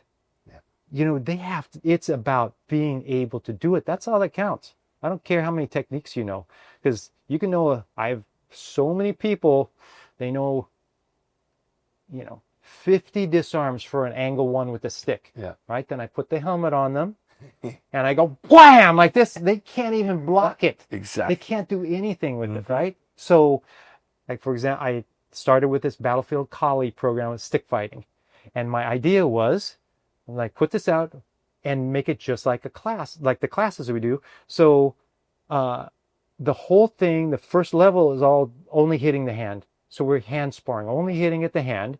And then the techniques are, how can you get better at hitting the hand? What are the tricks you can do? And then the drills and all that. It's all about performance. And then they have a certain amount of rounds they have to log. And after they've done so many rounds, they can send in a video test. And I check it. I go, oh, you know what? Your head's kind of forward. When we add the headshot in there, you're going to get hit in the head. And so, keep your posture up and all that. And then we do it with hand and head sparring. And then, and my experiment was like, I'm going to try this. And if people do it, and if we go a while and they're not good at sparring, I'm just going to pull it. Right? But guys got really good. Gotta be. Right? Because that's the formula, right? You learn the technique and then you try to apply it in sparring. Then you get feedback from a coach or from your partner. And so it worked. And then I started putting other programs out, and it's all sparring based, except there are a couple that are for coordination. It's not fighting, but it's all sparring based. And you make that clear, right? You make it clear that this is not going to make you better at fighting necessarily, but this is drills. This is technique. This is movement. And most of those, it's by yourself. So it's not even, let me show you all these cool techniques. I can't even do that. Because once you start showing people the cool techniques that, like, you can say, I'll tell you what happened in Hermosa Beach, that school I had in Hermosa Beach that you guys, you'd come to. One night, after only training him in performance-based training, functional training, I'm like, you know what? I'm going to show them some of the trapping combination, these kind of fancy things that JKD is known for a lot of people. But I told him, I go, hey, look, this is not going to work well in sparring and like this. It's going to be really hard to do. Simple traps, yes, but the compound, like combination trapping, really, really difficult to do. So I took maybe 5-8 minutes in the class to show them that. And then I made them spar afterwards and try to do it. And like, oh, I can't do it, right? Okay, class is over. I go into my office. I come back. Everybody stayed there all practicing the trapping. Every one of them is doing the trapping when they just felt for themselves that the compound stuff isn't working, right? Again, simple traps and all this work, but I'm like, okay, that's it. I learned right there that no matter what you say, when it's like, oh my God, that is so cool, they're going to practice that. So that's why, when I show the coordination stuff, I go, this is not fighting. It helps your coordination, but this is not fighting. If you want to do the fighting part, we have all the fighting stuff, right? But again, thanks to you. And I know we've talked about it so many times. I mean, through all the years, like we talk about all these different, and not to put down any art, but it's like exactly that. Like, all these stick techniques, and then all of a sudden you get hit in the head. Or even like a jiu-jitsu guy. he's black belt, but he gets punched in the face in a street fight. Now all of a sudden he's a brown belt. Remember, that's the joke, right? Yeah. Then another Carlson punch, now Gracie- you're a purple belt. Get punched again, now you're a white belt, right? It's true. And it's so true, we've all experienced. right? We've Yeah. experienced And doing I that feel to like people. that's one of the things that I feel like what you teach, and it's funny because you teach it that way, and you guys battle test it, and when people ask me, I'm like, he battle tests. I promise, right? He comes into my gym, and some days he leaves with a successful technique, but he'll always leave with something. Right. Something that he learned. And a lot of times it's the knowledge, the incredibly valuable knowledge that, oh, you know, that doesn't work so well. I cannot, because again, my thought is one day one of my students is going to have to use this for real. Yep. And I cannot teach them things for fun. Yeah. If that's my thought. So just like training someone for an MMA fight, I'm training them for street. And do you know, Egan, you know, the knife stuff you helped me develop by testing it with you and all, that just the other day, another guy, there's a guy in New York, I don't know if you heard about this, somebody went into an MMA gym and the guy had Cut the guy in problem. the back one? Student of my student. Oh, my wow. my student who's trained with me, actually, he was at Jacket Jiu-Jitsu. Oh, no. He was at the event. Wow. Way back when. Yes, so he actually has his guys work the knife defense regularly. And he said they were doing it the night before. Oh, how And lucky. so he ended up he grabbed and all, he actually bit the guy's hand and all to get the knife away and all, which is, that's what I always say, you know, if you get if you can't disarm it, start gnawing on that forearm, that's the time to do it. Yeah. Right. But I've Saw had that. 10 different people, either I trained or someone I trained them, actually had knife encounters. And so far we're 10-0. Wow. But, you know, everybody's gotten Yep. some cuts or nicks Yep. or something. Almost everybody actually grabs the knife, the blade itself, because, yeah, that's what you're going to do. Yeah. But thank you, you know, for Wow. helping me battle test that at the Oh, highest possible level. That's great. I mean, it just makes me crazy so many times that I see people teaching things that, you know, that doesn't work. It doesn't work. And it's funny because like a lot of times on your Instagram or your Facebook, you're in the sunrise or the sunset doing all of this. Yeah. Like, it's super cool stuff, right? Right. And I've had so many people like, hey, you saw Burton? I go, yeah, I saw Burton. So what do you think? I said, freaking, that's beautiful. Yeah, that's what it's Oh, I want to learn how to do that. I said, because it looks beautiful or because you think it can fight? That's right. It. Exactly. And they're like, oh, that's stick fighting. I go, no, that's not stick fighting. If you go to Burton and want to learn stick fighting, it ain't that. That's That's a 100%. flow. That's for learning how to handle the stick. That's for coordination. That's for movement. Yeah, and breathing. Yeah. Just Yeah. keeping your body supple. And And it's like, just like, you know, and I always tell them, the first day you put on that helmet and he freaking whacks you in the face with the stick, I bet you don't even know how to block. And he goes, oh, like you just go like this with the stick. And how many guys are like, oh yeah, I tried just going like that with the stick. And my stick and his stick hit me in the head. exactly right. That's So what it's happens like a all the whole time. different thing. And I feel like everything's kind of like that, right? It's like the parent that hasn't stepped in the batter's box to hit is telling their kid how to hit. And I'm going, or I see some kids, they throw funny. Then I watch them throw at their dad. The dad throws funny. Like, seriously, like, True. I see it in true. basketball. The dad cannot even dribble, and the kid's going through his legs, and he's telling the kid how to dribble. Yeah. And I'm going, dude, you guys just get a real coach, you know, like spend the money, get a real coach. Or I see guys in the weight room doing funky stuff, and I'm going, now what is? And I always try to think positive, and I always go, what is he trying to develop there? Maybe it's something I can learn. Exactly. And so I'll watch and I'll watch and I'll watch. And then sometimes it bothers me so much. I go, excuse me, what are you trying to get done here? And then they'll explain to me and I'm like, oh, okay. And then depending on the demeanor of the person, I'll be like, if you do this, it's a little more basic, but you'll hit this muscle better. Or if you want it more functional, you should make this movement with it. Yeah. You know, because I've always been big about not like doing just bicep curls right. or right. I mean, you know, big biceps, big chest, not good for fighting, Right. not good for movement, not good for athletes, right? And so many people mix that thing up, right? But you mentioned humility earlier, and I want a couple things on that. You know, I've trained with Dan Inosanto since I started in his class in 1980. And this man, Bruce Lee's training partner, constantly learning, constantly looking for a better way, started jiu-jitsu when he was 60 years old, and he was a legend of legends. So, you know, me starting with you was like, I just follow his example. Pretty easy. But that humility you're talking about, you see somebody doing something wrong, and the first thought, right? Because I don't know if I got it from you, but my first thought too is, maybe they're doing it right. When I have kids doing jiu-jitsu or martial arts and they're doing a technique wrong, I always hold my tongue and go, let's see what happens. Because maybe they're actually doing something better. Like the way Marcelo does his arm bar, like from side control and all, like far arm bar. He does it just like the beginners do, and we always tell him not to do that. He throws his leg around first, and then he comes over, which is actually, I think that's why beginners do it, because you're like, I need my leg over there, and they'll fling their leg over, and then they just pulls their arm out, and they're out of there because they didn't actually move their body first. But it's like, you know, if you're skillful enough and you understand the movement, then you should just throw your leg over there first. That's how he does it. But yeah, you know, I was teaching a particular mount escape that I just noticed it happened. Like in rolling one day, I was rolling with a very large guy, like a lot of girth, and I got to the mount, and he rolled one way, and I start to move with him, like I'm going to go to his back, and then he suddenly rolled the other way, and my knee got stuck underneath him, and I went, and I'm on my back, right? And so, and then I saw, like 2 weeks later, Barrett was competing, and he's competing with a good-sized guy.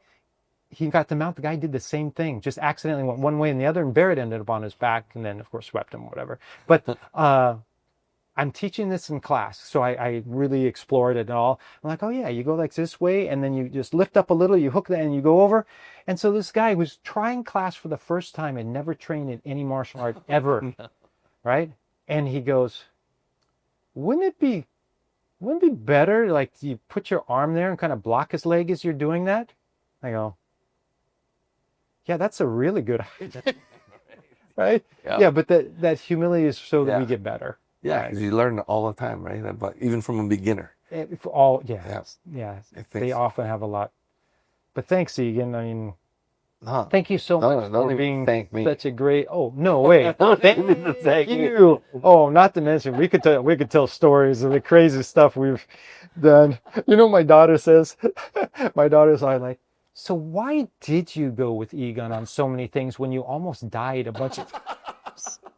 You know, the time that we went to Mokuleia and it's all murky and we get out and you're like, oh yeah, that was spooky. Like, this is the most shark infested waters and you can't see them. They circle you can't see them. And I'm like, great. We go do a escort boat over Molokai. That's right. And you know, our buddy got sick, right? Yeah, we're down there and we get in the ocean because Bobby got sick on the way over because the waves were crazy. Oh my gosh, people turning around. Your captain's chair fell out. Yeah, it actually broke. This thing it's riveted into the thing and it broke. We get over there and they're like, oh, we're gonna go diving, but Bobby was sick. And okay, I'll go with you, right? And so we jump in, we go away from the boat, and like, okay, your job is to look for sharks.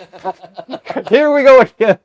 Watch my back, dude. Watch my back, Bert. I trust you. Oh, so funny, but I know we had some crazy stuff we did. Brazil, right? Man, yeah. Brazil alone. Brazil is nuts. So crazy. So okay, so all these different experiences. Besides with me living in a parking lot where we got gunfire all the time, and then all of a sudden, I don't know, you're comfortable talking, like, don't need to get into detail about health issues. Oh, yeah, 100%. But, like, I followed all of it, and I'm just going, frack, this is like, I mean, in my head, I'm going, holy smokes, how's he going to pull out of this one? And through the years, it's been in and out, in and out, in and out. And what I want to know is, like, what keeps getting you through? Because, like, one of the best ways to destroy someone's mind or just sabotage the mind is like in Japan, what they do is, we're going to let you out next week. Comes next week and you're like, oh yeah, I'm getting out. They don't let you out. How come? Not telling, I don't know. You just one more week. Next week we'll let you out. And they do that for months after months or week after week after week. And kind of the same thing with you. sick, need this, need that. And then, oh, I'm better. And then boom again. And then I'm better. And boom again. And I think that's probably one of the hardest things. I mean, of course, we fail and we fail and we fail, but some of this is out of your control. Yeah. So, like, what's in your head? That's what I want to know. Okay. So for people watching, when I was in college, I started to get gastro issues, really bad sort of thing. And so to fast forward many years later, they finally realized it was ulcerative colitis. So the large intestine, the colon, is inflamed and all this sort of stuff. And it's really, really bad. It makes you sick and you lose weight like crazy. And then you finally get better and then it happens again. And so, I'd say over time, the best phrase is adversity is our advantage. Adversity is our advantage. In our martial arts, how much adversity we go through, and we know there's an end to it. And we know there's a way out. And if we just persevere, something is going to end up. So I'll tell you many times I was in, again, going forward in 2015, after, 30 years, almost 25 years of dealing with it, I had my entire colon removed, the whole entire large intestine gone, and all this stuff, and that was so hard. And then for 7 years, because they fashioned this thing internally and all this, for 7 years, I was on antibiotics every day for 7 years. Every day I was on max dose of Pepto-Bismol every single day just to calm things a little bit, plus this other medicines and all that. And it was so hard.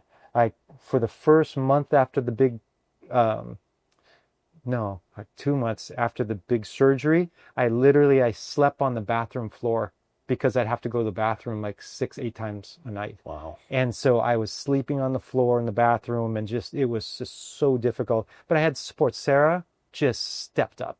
She's a warrior, right? She just stepped up. She did everything without hesitation, without complaining, nothing, just boom, there all the time. So having that is amazing.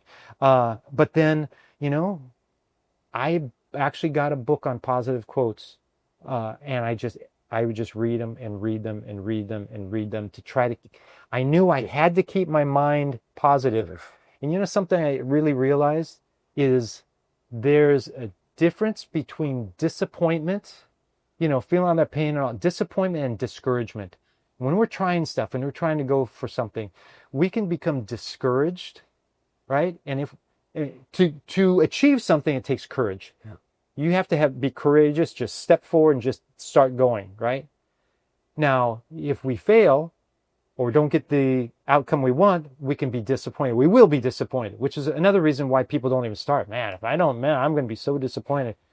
You got to be able to handle disappointment and just come back again. Handle disappointment, come back again. But if you allow yourself to become discouraged, meaning you end up with a lack of courage, then you don't have the courage to keep going forward, and that's when we quit. So I was very clear in my mind that I can be disappointed, I can feel bad, but I'm going to keep a positive outlook, and I'm going to find a way to make this an advantage for me. And so what happened was, over time, I learned how to deal with it. I learned how to train being super weak. And my jiu-jitsu got a lot better because I couldn't ever rely on any strength. Yeah. There was just no way. I was so weak. For 6 or 8 months, I weighed 142 pounds. I couldn't get above 142, right? 6'1", 142. And so it ended up actually helping me that way.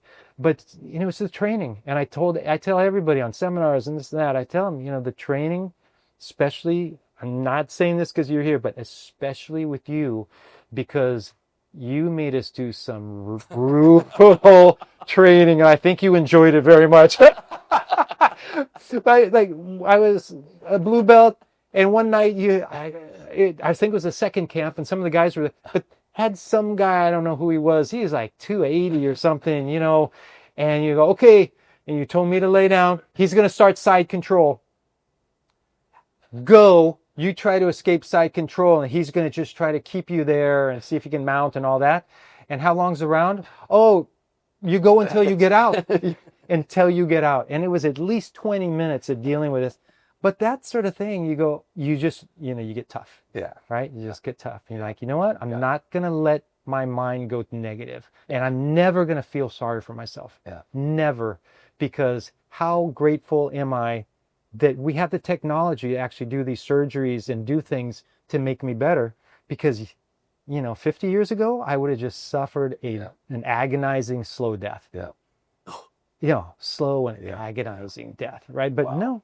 So, But again, thank you, Egan. So much sends back to Egan.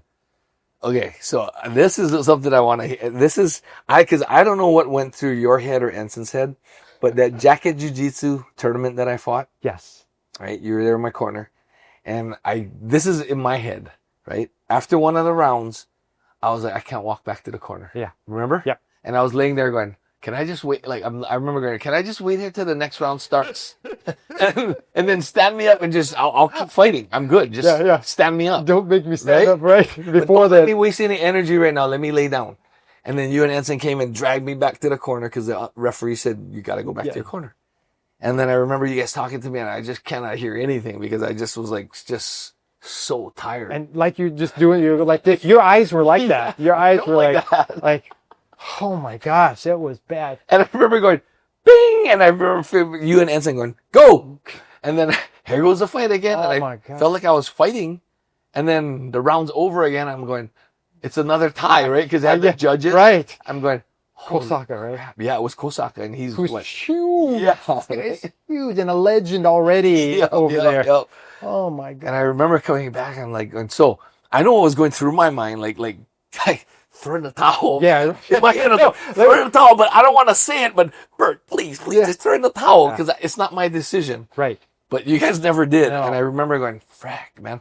I know I can fight if you make me fight. Yes. But I didn't want to fight anymore because, like I always said, like fatigue takes courage out of men. Yeah. Right? It'll take away courage from men. But what were you thinking, like in the corner, like? I remember that, like I remember the look on your eyes, and all that.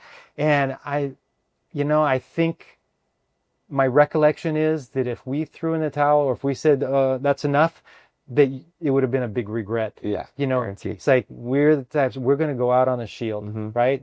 They can drag us off, but we're not going to say stop. Yeah. And so that's what I felt. And I know you. I knew no matter what, you're going to find it in there, right? And you're going to go out and make it happen. So, but that was tough.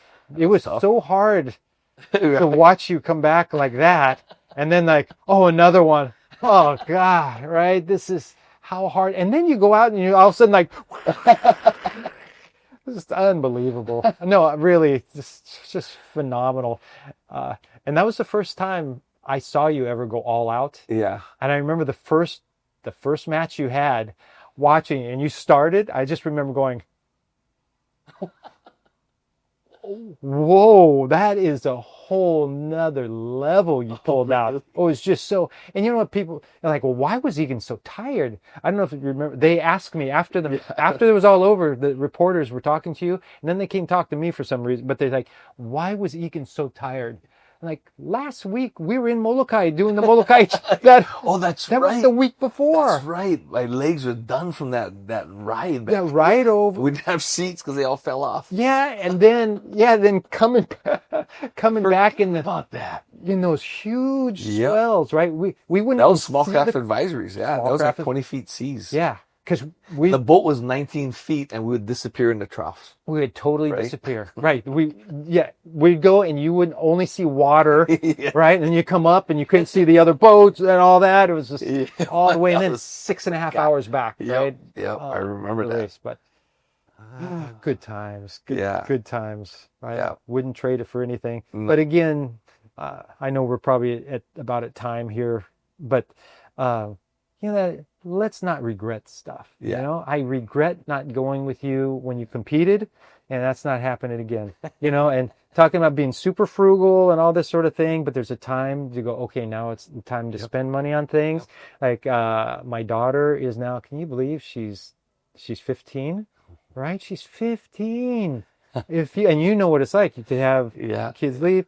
And I realized, this is a time we got to spend some extra money to go take trips and spend family time together in these different places and prioritize that right now. And so that's what we're doing. We're taking a bunch of trips this year and all. Great. But I mean, I know when you traveled before, you would take her also, right, to all those different seminars. Exactly. I mean, traveling is probably the best education that you can give anyone. I know we talked about that before too, right? Yeah, nothing better. Yeah. Nothing better. So why don't we let's talk about Leben. Was that when that was when he was training at Puck's Alley? When you were training him, right? So he had his gym at Puck's Alley, so Chris Leben. And so we met, and through Team Quest, which I know Robert Follis and all, we met one time, and then we ended up, and he's like, okay, he wanted me to help him. Yeah. And again, because of I showed him some technique on the ground, and his ground game was really good. Yeah.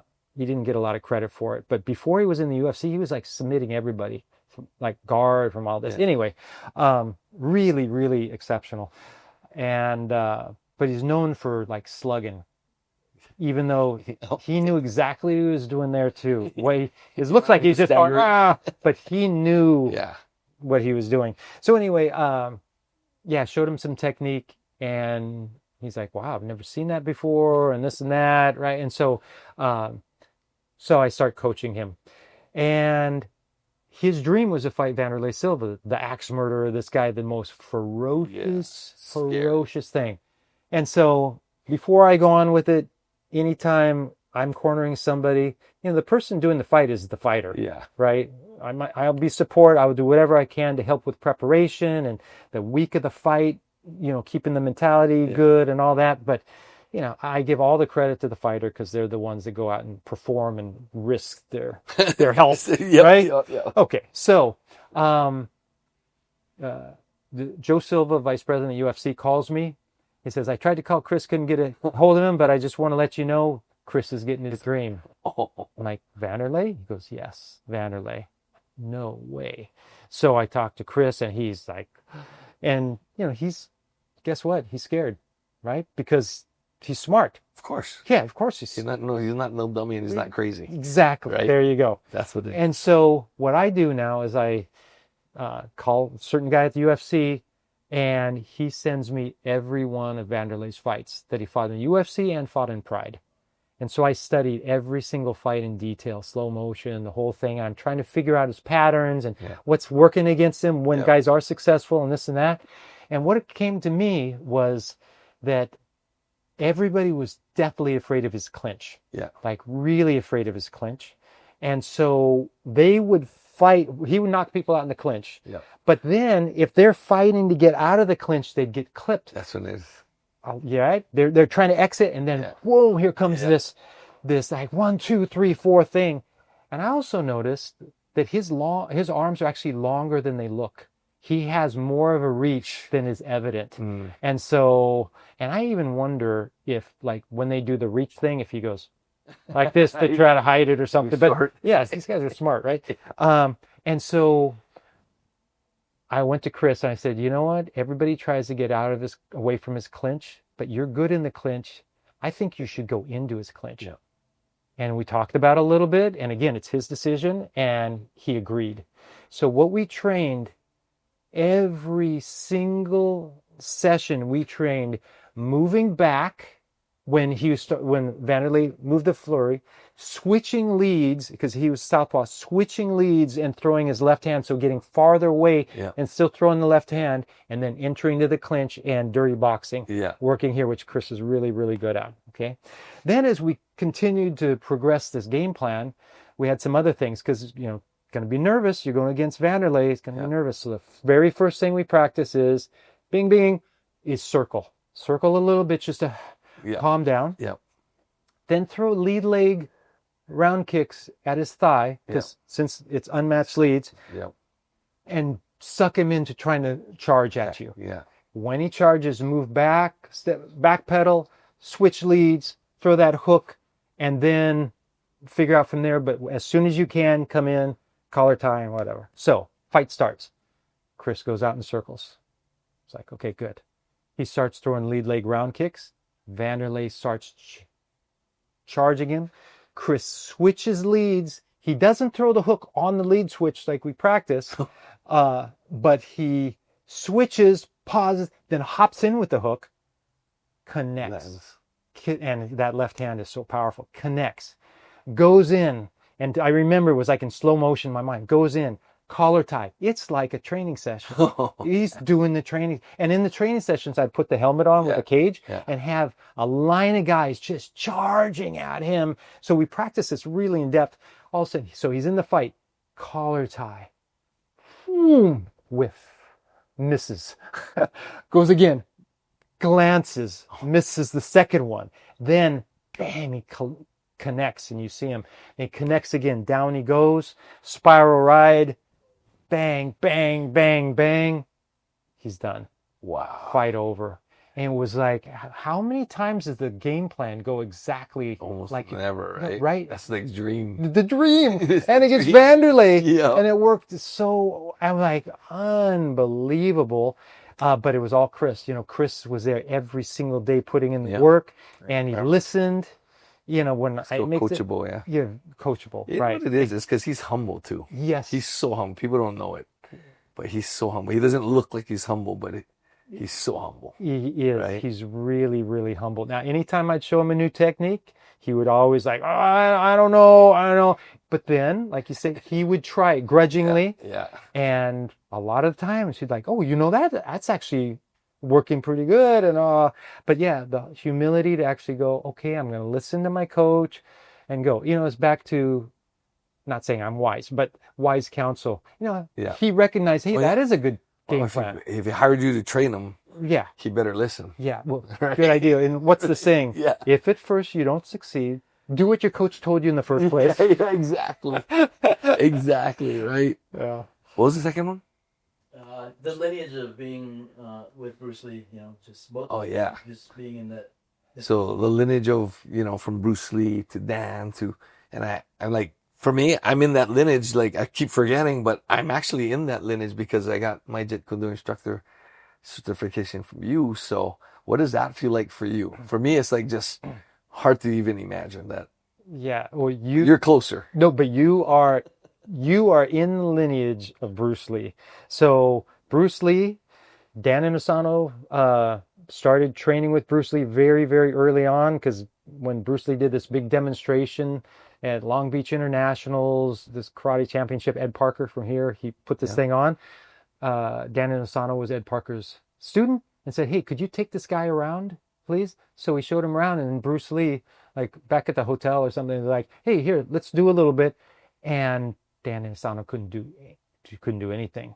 He was just like, this guy, I don't even know what he's doing. I don't even understand. So he started training really hard. Got knocked out, I believe. Okay, I'll use it at least 6 times. Bruce Lee knocked him out in sparring. Oh. Yeah, in training, he actually knocked him out at least 6 times because they ended up sparring really hard. So, you know, Bruce Lee's this big icon, movies, amazing, incredible. I mean, just you look at him, you see him move, and you go, this is something very, very special. This is a guy who was a combination of being very intelligent, having unbelievable athletic attributes, and work harder than anybody else. And I think of you like that, right? No, I do. No. It's the same thing. Like those 3 things, you put those together, you get world champion. You get somebody just very special. And so I'm in that lineage, but I think the most important thing, and this is what actually I didn't understand for quite a bit, but what Bruce Lee did, he had all this martial art, and he created his own thing called Junfan Gung Fu. His actual name was Li Junfan, but you know, he was born in America, Bruce Lee. And after a while, he realized that he wanted to take this farther. He's like, you know, in boxing, you put the stuff on and you spar. Fencing, put a mask on, you spar it, right? I want to be able to do that with what we're doing. And Dan Inosanto found these headgears, like Navy headgears, had this big, like a bar out here, and it's for Navy flyers so they didn't get hit in the orbital, you know, get broken orbitals, so they could box. And found this given to him. He's like, okay, great, now we can fight, right? And so he actually put these things, and Bruce Lee started sparring really hard. And that's when he changed the name from Junfan Gung Fu to Jeet Kune Do, is when he started totally pressure testing everything. And his quote, he wrote to one of his instructors in Hong Kong. He said, I had a lot of prejudices, in the martial arts. I had a lot of prejudice, and I found out I was wrong. He thought this would work and that would work and that would work. He put the gear on and actually sparred with karate guys, with wrestlers, with whoever, like karate champions and all, and found out that stuff wasn't working. He developed a new method, which was genius. To this day, it's still genius. And in MMA, there are a lot of people that don't have any idea. If they could implement a lot of his ideas that aren't implemented yet in MMA, it would make them so much better. Yeah. I mean, it's really, really incredible. And so, all the sparring is sparring based. Yep. It's all sparring based. And Bruce Lee said a bunch of times, he said, Jeet Kune Do isn't for everybody. It's not for everybody. And most people think it's like, oh, the techniques are too complicated or this and that. And he was talking about it's too hard. Most people won't go in and actually do that kind of sparring because it hurts physically and it hurts your ego, right? The ego is the worst thing, bruised ego. But to be in that lineage is, I mean, it is an honor. And it's been so helpful to me because of his philosophies on life. That whole thing, I don't fear the man that knows 1,000 kicks. I fear the man that has done one kick 10,000 times, right? That's 100%. That's what we do, right? So it's really being able to train with Dan Anderson and with other of his students and understand that lineage, understand what he was about and why he achieved at such a high level. Super ultra disciplined, and then we can pass that along to new generations as well, right? Like you. I mean, I know you don't teach Jeet Kune Do really, but if you ever want to, I tell again people, you won't let me go talk to Egan because he will train you so. You know what's weird is we've trained that so many times. I still remember so many things. Like if I pull out a rubber gun and we do that, or a stick, it's like I'm like going, how do I remember this stuff? Yeah, we did a lot. Yeah, we did a lot. I mean, I might be a little slower. I might be a little rusty. I might have forgot some of the patterns. But if you put on a helmet and I put on a helmet and we fought, pretty good. That's pretty good. And that's what matters. That's what matters. And again, all the overlap from everything else, it becomes relationship, right? The distance, the timing, the feinting, the recognizing, reading an opponent. I mean, you have it, right? Yeah. I think that's key. Hold on, one more question. Yeah. I know what I think about this, but I want to know what you think about this. But there's so many martial arts out there that don't pressure test. Yes. But yet those schools have them like a lot of people in it, right? Right. So what do you think of that kind of schools? And obviously we probably know, we've already answered it already, why those schools are really crowded. Yeah. I think it's because, just like I was talking about, first it is easy. Now it can be hard, and people can develop discipline by just like doing the punch correctly and standing in that horse stance and all. But the thing that they all get is unlimited confidence. Yeah. Like huge confidence because they've never failed really in the combative things. Those people that don't do any sparring. We spar, so we all know that, man, we could get our clock cleaned at any time. That's just part of the deal. That's just the honest truth. It's actually Chris Howder. We talked about that a long time ago. He goes, the thing that those traditional guys have is confidence. Like, they are absolutely confident. And we always have to rely on, our training. Like, I trained well. I feel good. I know my background. I understand these things so I can be confident. But they have, there is no doubt at all anywhere to have to deal with because there's never a mistake, never that negative never feedback. Paid the price. Yes. Right. Yes. So I think that's it. Just like in the Filipino martial arts, one of my instructors, Edgar Sulite, who passed away, this guy, he had one instructor that it was him, Edgar Sulite, and only two other students. And the guy would just make them stroke over and over, like a 1, 2, 3, 1, 2, 3, 1, 2, 3, and do these certain things over and over. And if they slowed down, he just whacked them in the back with a stick. They're like, whack, right? And so he ends up with 3. But down the road, there was a guy that did none of that and just taught all the disarms and all these things. He had hundreds of students. So what happens? That guy ends up making 20 instructors, And the other guy was lucky he had one guy that became an instructor. So now you got 20 instructors. They're all teaching. They produce all these instructors. And, I don't blame the instructors because they don't know. They really believe, most of them, that their stuff works. Like, you don't even have to. There's just no doubt it works always, every single time. So that's what they teach because that's what they were taught. Yeah. But man, I hope they don't find out on the street. Yeah, I know, right? That's the issue. That's the thing that I watch certain things and I just like kind of, and I don't say it because I just don't want to be disrespectful, and it does do some kind of good. Yeah. I mean, like you said, it builds a big confidence, which I never heard before, but that's a good one. Isn't it true? Yeah, right. It is, and I feel like it does build discipline. And what's funny is I meet so many people that tell me, like, they'll see something and they'll be like, oh, just do this or just do that. And I just like going, yeah, I'm a black belt in this. And I'm going, bite my tongue and just like, and I've had a couple go, okay, do it to me. Go for it. Oh, I don't want to hurt you. Yes. I'm going, you're not going to hurt me. Too deadly. You're not that good. You're not going to hurt me. And they're like, no. I'm going, and I always feel like I always watch that when people say it's too deadly to be in the octagon ring or whatever. I don't know, because some of the arts I feel show these techniques that or maim the guy or cripple the guy so how do you practice a technique like that? Right. That'll do that, because how many guys are going to let you practice something that might blind them or cripple them or exactly right? So then it takes you to the next one, like how do you get good at it? Yes. Yeah, and you said that a long time ago. Yeah. And I will say one thing we do, like with our BJJ for the street, we actually put our thumb. So most people, I have them like brush the eyebrow. Yeah. And the other person has to, because, if you get your thumb, you're at least going to turn your head. Yeah. But it's not like, oh, I'm dead. Right? Yeah, I'm blind. And like with Sarah, when we're going, and like, she's really good at this stuff, but she puts her thumb on my eye itself, because by the time it hits the eyelash, your eye closes. Yeah. But she will actually go here. And so, but we always say there is no guarantee that's going to work. Yeah. That's just hopefully make a little bit of reaction. You can then apply good jiu-jitsu. Yeah. You don't rely on that thing. Yeah. But, talking about that, let's talk about Jeet Kune Do. There are a lot of people that teach Jeet Kune Do with no sparring whatsoever. Even guys that go, I only do exactly what Bruce Lee did, the original. I don't add anything else. There's no this and that in there.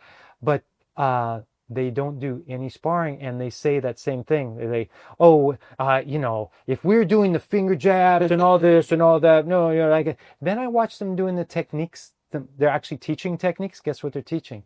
Punch, punch, punch, punch. You go here, punch, punch this way. I'm like, well, you can do that in MMA, or just go to boxing. You can do all those. I didn't see a single finger jab. Where's the finger jab? Right? And they're like, oh, I throw the low kick and all, and the groin kick, and then they're showing technique. And again, they're not even kicking, not doing groin kick. Yeah. Well, why don't you at least do that? It'd be a good training method to go and have something. Oh no, it's too deadly. Yeah. Not too deadly. The funny thing is, like, say I eye gouge. If you know jiu-jitsu, you can eye gouge anybody. Exactly. It's so easy. Exactly. Right? But if you're on the street and you're going to try and eye gouge or finger jab, that's a little tough. So difficult. But in jiu-jitsu, we can mount the guy, or we can get to the guy's back, tie up their hands, and just let go. Right? So true. Or you're on your back, you have somebody in the guard, you can use that to get them to come up, and then you can submit or stand up, sweep and all that. But you know what, Bruce Lee, very famous for the finger jab to the eye. And you know what he said? He said, you better throw a whole bunch of those because it's hard to hit somebody in the eye. Matt Thornton, Matt, he said something one time that I thought was so just direct, great to the point. Is he actually got some guy that was the finger jab guy, got in the ring, go, let's do some sparring, put on a boxing glove, spar, and the guy couldn't hit him. Yeah. Right? They got boxing gloves that couldn't even touch him. And so then Matt stopped. He goes, if you can't hit my face with this glove, what makes you think you could put the point of your finger in my eye? Yeah. Like, that's true. That's so true. Yep. Right? So it's all about, we got to be honest. Yeah. Right? Honesty, honest with ourselves. That's why that whole thing of being confident, like, I'm super confident. You may not want to be that confident. Yeah. That's when you do lickings. Yep, right. I mean, I've had someone tell me that before, where they got, I could stick you in the eye at any time, and I told them exactly that. I said, let's put on boxing gloves and see you can hit me in the face. Yeah. And if you can't, then guarantee you cannot poke me in the eye. She actually went and tried to hit me in the face. Oh, And really? I just kept, Yeah. and like was so slow. I'm like going, there's no way you poke me in the eye. And I put my hands down. And I'm like going, hey, oh, but you're a professional fighter. It's different. I said, everybody will protect their eyes and their balls. Any guy will protect that in the slightest movement. If there, there's some kind of animosity going on. Yeah. This movement, that's the first thing they'll do. A guy would, right? So how are you going to work that? Yeah. And just like if they're just gonna punch you and they go like this, they got head movement. Yeah. Their head's moving all over the place already. It's It's you cannot rely on that. so funny. But Like I only can get at this kind of conversations with certain people because some arts, they'll get super defensive. they'll get very, very, exactly. Let them be. And that's why but it's funny because in a way, but the thing is, one last thing. We don't say, because we don't want to be rude. We're not going to go be rude to this guy and just like, he's got all this confidence, just tear him down. But something very interesting happened. So, you said earlier, you go, you want, when you get that, put the helmet on with a stick and all, you block and then your stick hits you and then the other, right? So I had a student up in Portland. And I did seminars for him. He did really good with all the Kali, all the weaponry, the Eskrima and everything. And so I wanted him to understand the realities of actual stick fighting. And so we get to the seminar early, like quite early, nobody there. I put the helmet on him. And first I say, okay, how are you going to block this? He goes, block, check. You go block and you put your hand here to check the hand. And then you do all the different techniques and the disarms and all that. Which requires me to hold my hand out. Yeah. Right. And so I said, okay, so we put the helmet on. I go, okay, I'm going to hit you here. Let me see how you're going to do it. And I go, okay, I'm just going to hit you there. No place else. But I'm going to hit you hard now. And it's a good helmet. Yeah. I go, you ready? Yes. Okay, here it comes. Bam, right? He goes to block. Again, my stick hits his stick. His stick goes boom. Then my stick hits him. And this left hand, nothing. It goes flying through. And I proceeded to hit him over and over again. I kept telling, ready, here comes. Yeah. And every single time it smashed him, right? And I said, okay, now, see, you're going here with a stick. This actually works with a sword, interesting enough, but that's a whole other thing. There's a time you can do it because the sword's a little slower and it's heavier and your blade hits so hard it redirects it and all that. But with a stick, it bounces through. And so I said, here, now try blocking. Just boom, punch it out to block. Because that thing's coming in so hard, you have to have something that you're really good at that. And so he starts doing it. And now I go, here he comes, ready, go. And now he's blocking it. He's blocking it. And he goes, oh man, that checking hand. I said, not for stick, not for stick. Okay, we do the seminar. Packing up, everybody's gone, packing up. We're walking out and he turns to me and goes, but you have to use the checking hand. Exactly. You have to use the checking hand. So he chose to believe what he was taught over practical experience that he had for himself. Yeah. And that's the problem with a lot of times in martial arts, because somebody builds their confidence up. They go in, they have very low self-esteem. They build up their confidence. Then somebody shows them that art may not be as effective as they think it is. Yeah. And I think subconsciously there's a decision. Do I go, oh yeah, I have to go start as a white belt and train over there? Or I can just ignore that and I can keep my, I feel like that never happened. Right, that's never happened. Yeah. And most people do that. Yeah. I mean, for you'd see it a lot because you're teaching weaponry and stand-up. Like for me, a lot of my gyms before was just MMA. So you came in with that attitude, I just busted you up. Yeah, right. Not a problem. Yeah, MMA is different. Do what you want. But try again. Yeah, I want to mention too, when I didn't mention earlier, but our sparring, we do it safely. And most people, I have them put the helmet with the cage. So they're going to work the next day. So we have professionals, and they can spar. It's safe. They're going for it, but not trying to kill each other. But like with the six, we have people come in sometimes, have a lot of experience and all that. And not in a mean way and all, but for their own good, we give them the experience of, oh, wow, I don't know how to I really don't know how this works. And then it's up to them to do Yeah. whatever. But it's actually in the spirit of, here you go. This Yeah. is, go ahead and do what you want with that now. And they don't get busted up. But, Yep. And but it's you have- MMA. They can, And you have guys with stick and learn how to stick fight and actually spar that are older. Oh, yeah. Right? You have over 60-year-old guys. Yeah, absolutely. Yeah. No, So it's not Plenty. That's just the proof that you can be older. You don't have to get worried about getting hurt. I mean, it's in a safe situation, but they understand what it's like to get hit by a stick. they know. And I think They know. that's like, that is so valuable. It's like, what does it feel like to get hit by a punch? That's another valuable thing, right? Well, the first time I got hit really hard, punch in boxing, that was one of the best things for me because one, it's like, oh, that's what we're doing.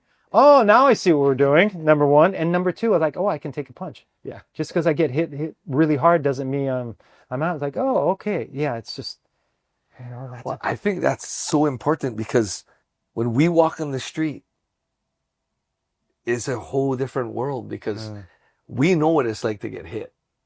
We don't like getting hit. no. So why are we going to get into a situation that we might get hit? Right? But I feel like the people who get into those situations, they've never been hit. No, it's They don't know what it's like to be hit. So they mouth off and they talk all kinds of stuff thinking it's not that big a deal. exactly. But I bet you the first time they get hit, one good one, body shot or head, I think they might start thinking twice like, Yeah, and then everything they learn goes out the window, right? Exactly. And like the knife, we talk about the knife defense. The knife is so hard. Knife defense is so hard. You are such a disadvantage. That's why, somebody acting erratic and all, I'm like, he probably has a knife. He can have my car. Yeah. He can have whatever he wants. I'm not going to get into it. He's yelling at me, why'd you do that? I didn't do it. Yeah, whatever. He's totally in the wrong. And I'm like, you're right. Yeah. You're right. I know sometimes surf guys Yeah. surf. Yeah. So you mentioned that something happened to you when you were young, and that's why you wanted to be able to help people so that never happens to them. What was that? So first I wanted to help myself so it never Yeah. felt like that again. Mm-hmm. So what happened is I was walking home from Little League, and on the way home there's this area across. So it was almost industrial sort of area. There's this big cement block thing that had a little hole thing in the top, and I know they're building something. It's probably going to go underground. Anyway, so I'm walking by, and it's getting close to dusk, and I just, I'm 9 years old. I look in, and there's some guy in there. I'm like, whoa, like this. So I start walking away, and the guy comes over, hey, and he starts yelling at me. I'm like, yeah. And so I learned to be, respectful. And I said, yes. So he was probably, I'm thinking 19, 20, something like this. And he was big. He was a really big dude. And I'm like, yeah, he goes, come here, like this. And I'm like, oh, and he's like, no. And so I said, I remember the feeling or the impression in my memory of kind of like doing this and walking toward him. Like I didn't want to, but I did. And he's like, come here. And so he made me go inside. Yeah. So I went inside. I should have ran, but I was, I didn't have that training to disobey an adult. Right. And I've trained my daughter well to disobey adults in certain situations. Right. And so anyway, then it became, he repeatedly was telling me, if you don't do what I say, I'm going to kill you right here and all that. And I mean, many times. And so then after quite a while, so the whole thing probably lasted like an hour or so, which in those, Felt forever. right? 3-minute round is a long time, right? So an hour. And then he got to the point, he was telling me, demanding that I do something. And I said no. And I'm crying. It's like it was yesterday. And I was crying, saying, no, I'm going to kill you right now. No, and all that stuff. And all of a sudden, for some reason, he finally stopped. And he's like, oh, okay, you go, right? And so I went out. He got out too. And I'm walking, and I'm like, just a mess. And I remember what this guy said. He's like, no, I didn't hurt you. I didn't hurt you at all. I didn't hurt you, right? And that was the last thing he said to me. And then he like scurried away, right? And he took off. And so I think of that every single day, Wow. my whole life. For sure. It somehow it pops in my head. Yeah. Something from it, there's something that pops in my head every day. And which why I have so much compassion for females that have been abused and all that, and how it's not like, oh, yeah, that happened a long time ago. And so I was so helpless. I was so utterly helpless. I had no recourse. There was nothing I could do to this really large guy being a 9-year-old. Yeah. And so I had already liked the Green Hornet and Tudo. I didn't know that was Bruce Lee, but I loved that thing, right? But then after that, whatever it was, it really sunk in. And so years later, I was walking by the local park. This is probably just a couple years later, maybe a year later, because I'd go play football over there, flag football. And it's nighttime. I'm going by the gymnasium. I hear this, and I go around, I peek in, and there are like 50 people in karate gis going, right? I'm like, oh my God, this is the most miraculous thing I've ever seen, right? This is just unbelievable. And I know it did something, and I knew I had to train, but my dad wouldn't let me. And so it wasn't until I was finished high school, my dad finally said, okay, you can go train. I went, Dan Inosano had his school nearby. I went to watch a class.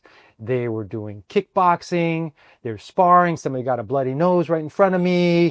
Like, oh, right. And then they pulled out the weapons and all and started doing this. I was just not, but it really did. And to this day, why the self-defense thing? Why everything I do? Jiu-Jitsu, right? Yeah. BJJ for the street, C-Lot for the street, MMA for the street, sticks, knives. Why that's it? Because, man, I want a small person to be able to handle a large person that, you do think, they're going to kill you. You think that's the end. So that's what it was. And, it's with me to this day. And I'm at the spot. Thank goodness. I wish it didn't happen. Yeah. But look what it's done. Exactly. It's put me on a path that I'm so happy with, and it's been great, and hopefully gave you a career. Gave me a whole career, and that I love. Yeah. Oh my gosh. It's not even work, right? Right.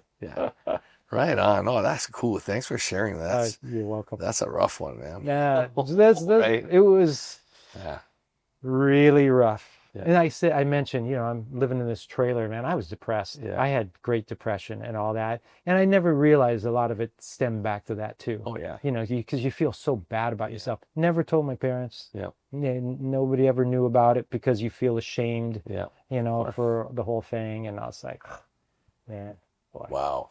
Wish I had a knife. Wish I had a knife and I knew how to use it. Wish I had a knife and had some training. Exactly. Then it'd be good. Be all good. Yeah. All right. Well, thanks, Egan. That's good. Thanks for coming out. No, man. Thanks so much. I know. We can go on for hours. Hours and hours. We got so much history too, right? Oh, my gosh. So many stories. Yeah. I know. Thanks for coming on. No, that was great. Thank you. Thanks for everything.